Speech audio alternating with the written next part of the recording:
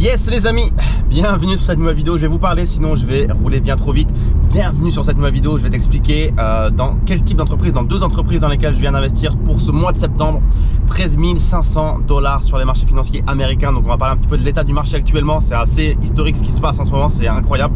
Et également donc je vais te dire pas précisément les deux actions dans lesquelles j'ai investi. Alors on va tout de suite casser le délire de pourquoi je donne pas les deux actions dans lesquelles j'ai investi. Il y a deux raisons à ça. La première, c'est que de une, je ne veux pas que bêtement les gens suivent ces positions sans réfléchir, sans faire ce travail d'analyse, parce qu'encore une fois, analyser une entreprise, c'est pas quelque chose qui se fait par magie. Il y a différents indicateurs et ratios financiers à regarder et on n'investit pas 13 000 $, 1000 $ ou 100 000 $, peu importe le montant, dans une entreprise sans avoir fait son travail d'investisseur au préalable. Et la deuxième raison, c'est tout simplement que j'ai un service qui s'appelle le Club Dividende, au sein duquel je partage chaque mois les positions en temps réel que je prends moi personnellement. C'est pas du conseil d'achat, c'est simplement un partage de portefeuille.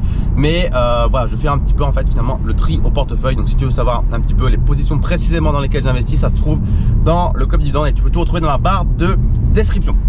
Donc qu'est-ce qui se passe en ce moment sur les marchés financiers les amis? Il se passe quelque chose d'assez historique puisque le marché n'a jamais été aussi valorisé entre guillemets, alors qu'on est dans un contexte très particulier, je te l'apprends pas, de Covid-19 les investisseurs aujourd'hui se retrouvent avec des valorisations de marché qui sont élevées et donc des rendements qui mécaniquement baissent. Donc ça c'est assez incroyable puisque si on regarde par exemple le PER moyen, le PER c'est le Price Earning Ratio, il est de 15,8. Généralement le PER moyen, je parle encore une fois du marché américain, du S&P 500, il est de 15,8. Ça veut dire que les investisseurs sont prêts à payer 15,80 € pour 1 € de bénéfice, pour expliquer simplement ce qu'est le PER en termes de ratio. Aujourd'hui le PER sur le marché financier américain aujourd'hui en 2020, alors je te fais cette vidéo en septembre, il est à peu près à 30, donc 2 fois, donc c'est énorme, ce qui signifie encore une fois, qui démontre particulièrement que le marché il est surévalué. Deuxième chose mécanique, c'est que les dividendes en parallèle ils baissent, les dividendes, les rentabilités. C'est-à-dire que si le marché est surévalué, encore une fois le rendement c'est quoi?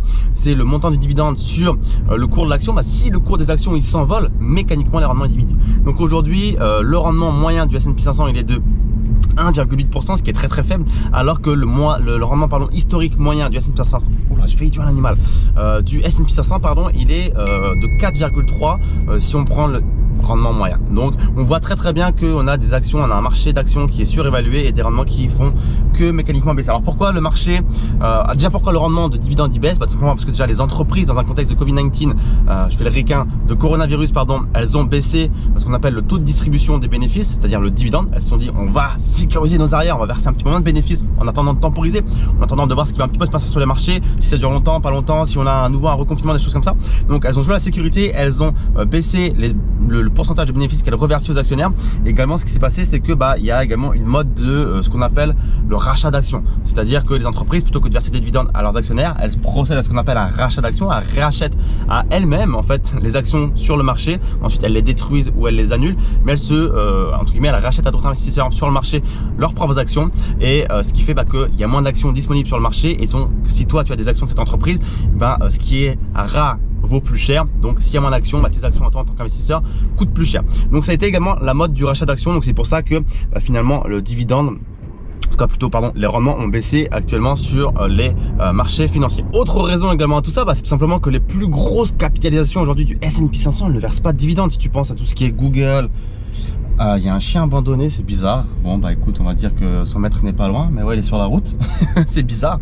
Voilà, les plus grosses capitalisations aujourd'hui du S&P 500, tout ce qui est Amazon, Facebook, Google, Apple ne versent pas de dividendes ou très très peu, mais généralement ne versent pas de dividendes. Donc ce qui fait que déjà ça fait également mécaniquement baisser le rendement du S&P 500, puisque si l'entreprise du S&P 500 ne verse pas de dividendes, forcément ça fait baisser le rendement total du S&P 500. Autre chose également, ce qui dans le fait que le S&P 500 aujourd'hui est fortement surévalué, c'est que les gens sont attirés par les actions aujourd'hui. C'est-à-dire que aujourd'hui les gens à la quête de recherche de véhicules intéressants en termes de rentabilité, ils ne trouvent plus rien. C'est-à-dire qu'il n'y a pas grand chose de rentable aujourd'hui et quelque chose vers lesquels les gens se tournent, ce sont les actions, parce que c'est là où ils arrivent à trouver de la rentabilité. Et ce qui fait qu'encore une fois, plus il y a de la demande pour un actif et plus ça fait augmenter les valorisations, parce qu'il y a plus en plus d'argent qui vient être injecté dans cet actif. Ça pourrait être autre chose, mais plus il y a de l'argent qui vient s'injecter dans un actif et plus cet actif a tendance naturellement à voir sa valorisation augmenter. Donc il y a ça également, et surtout on peut parler notamment des valeurs technologiques qui aujourd'hui sont clairement des actions sexy, comme j'aime le dire. Les gens sont attirés par ces valeurs technologiques qui ont une très forte croissance, qui sont sur le devant de la scène et qui tirent clairement l'indice du S&P 500. Clairement, ça ne pourra pas durer à l'infini. Les gens sont attirés par ça. Ça ressemble, certains disent, à ce qu'on a pu connaître au début des années 2000 avec l'éclatement de la bulle internet, etc.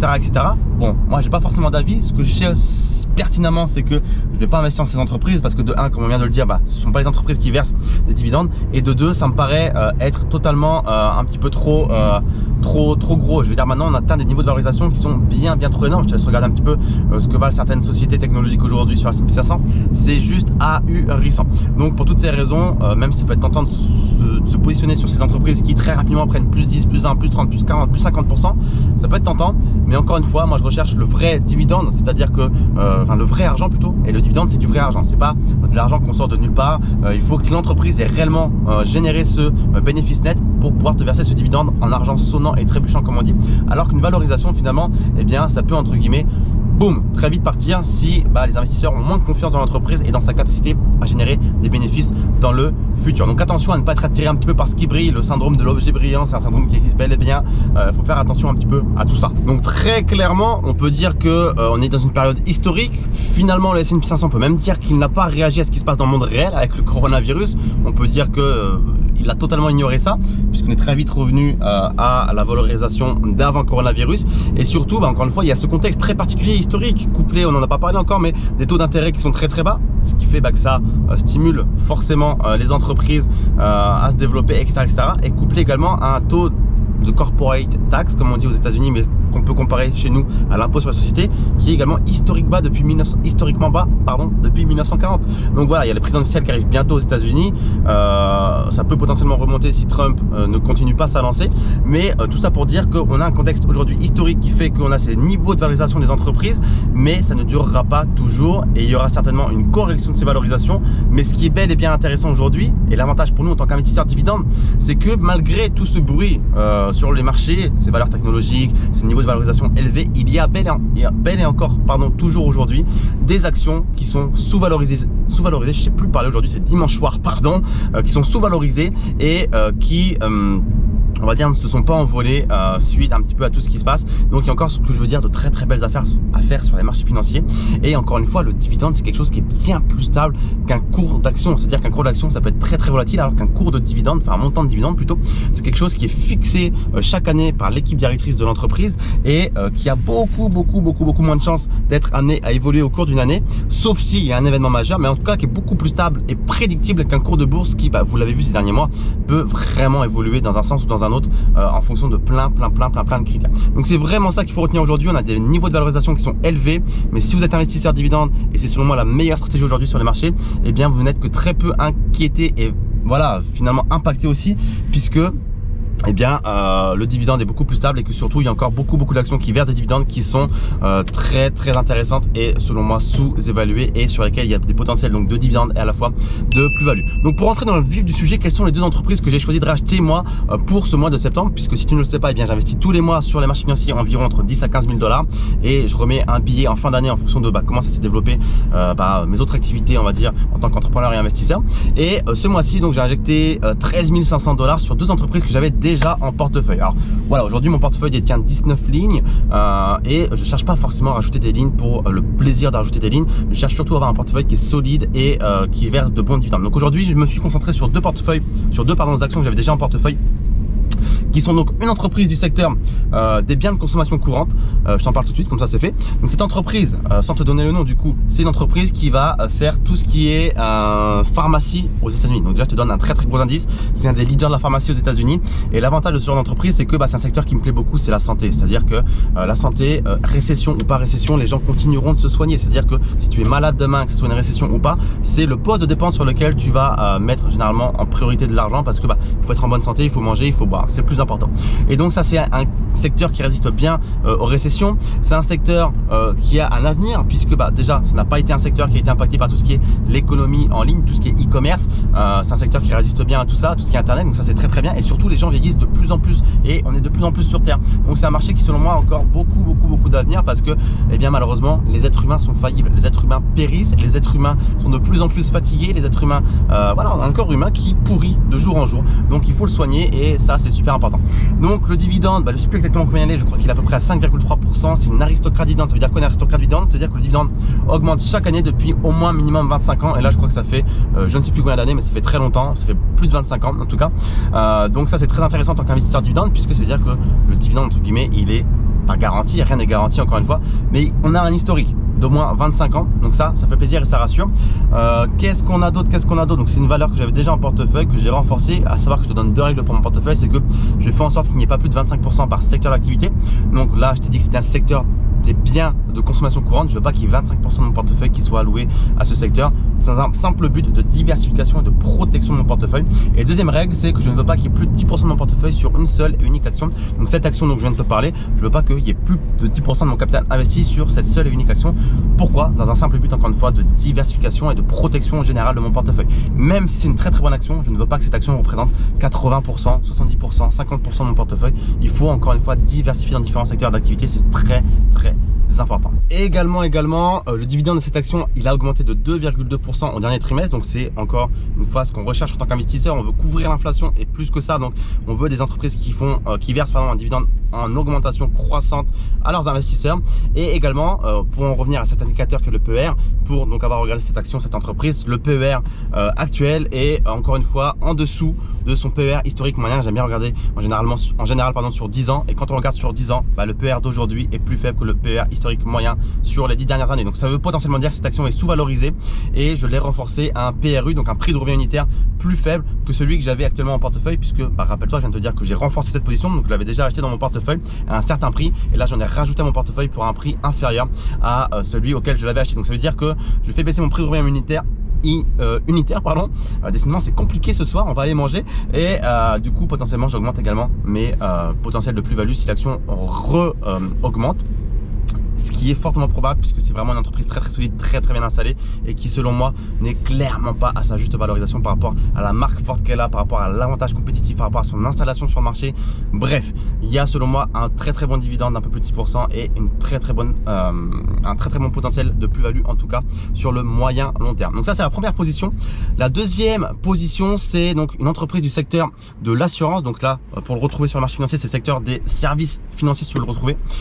C'est un des secteurs parmi les 11 qui existe et je l'avais ajouté pour la première fois cette action le mois dernier, au mois de août 2020. Donc si tu as vu ma précédente vidéo où je disais comme cette vidéo, les actions dans lesquelles j'ai investi le mois dernier, tu pourras voir que j'en parle déjà. Donc c'est un secteur du milieu de l'assurance et c'est un secteur que j'avais hâte d'ajouter à mon portefeuille comme je le disais le mois dernier, tout simplement parce que ce secteur, c'est un secteur qui est lucratif dans le sens, encore une fois, on regarde ce que dit Warren Buffett à propos de ce sujet. Il adore les assurances parce que les assurances, on paye des cotisations et elles en ressortent le moins possible. Donc il y a du cash et également, c'est une entreprise qui est très bien installée. Le rendement est un peu plus faible, il est à peu près, je crois, à 5 ou 5,3%.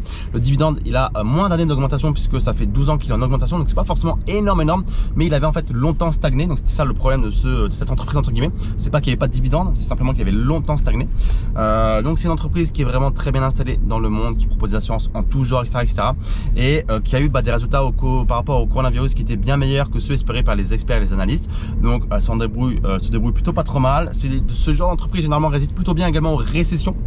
Donc ça également c'est plutôt sympa, même si le gros problème de ce genre d'entreprise c'est que généralement les gens sont attirés, vous savez, un petit peu par les prix. C'est-à-dire que l'assurance c'est quelque chose qu'on a un petit peu du mal souvent à payer. C'est-à-dire que je pense que comme moi, vous, si vous payez le moins cher possible pour une assurance, c'est tout bénéf, j'ai envie de dire. Moi je vois mon assurance expatriation qui me coûte à peu près 2200, 2300 euros par an.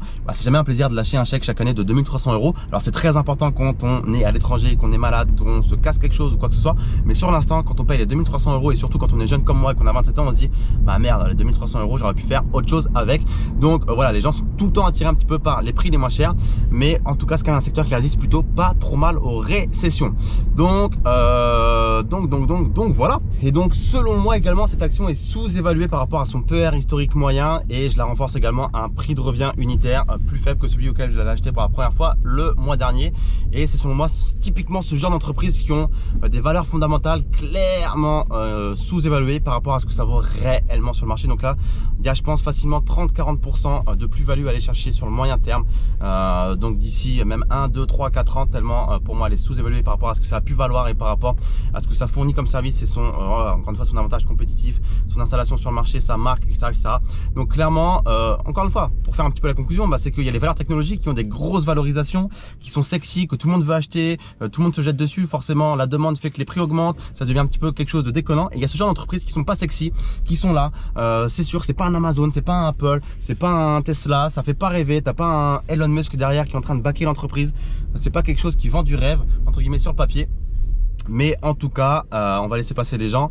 En tout cas, eh bien, elles sont là. Et pour ceux qui regardent bien les marchés et qui font leur travail d'investisseur et d'analyse des entreprises, eh bien, on découvre ce genre de petites pépites qui clairement ont un potentiel de plus-value sur le moyen terme et en même temps, eh bien, un rendement du dividende qui, je crois, je t'ai dit tout à l'heure 5%, mais pour celle-ci 6,3% actuellement.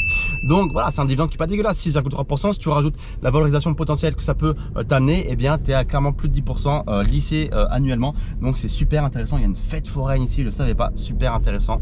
On va aller faire un petit tour ou pas, et puis on va aller dépenser les dividendes bêtement dans les machines à nounours. Il y a mieux à faire quand même.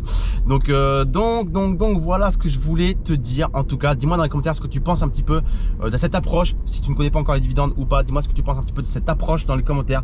Petit commentaire, ça fait toujours plaisir. Petit like, abonne-toi à la chaîne YouTube. Il y a beaucoup de gens qui regardent les vidéos sans être abonnés. Ça donne beaucoup de force que de voir des gens qui s'abonnent à la chaîne YouTube. Donc voilà, et pose-moi toutes tes questions, je me ferai un malin plaisir de t'y répondre dans les commentaires ci-dessous. C'était Raphaël de Club VTC dans cette jeune berline. On va aller chercher des clients et on va aller faire quelques courses parce que bah, il faut payer les pâtes sur la table. Allez, très vite. Ciao, ciao.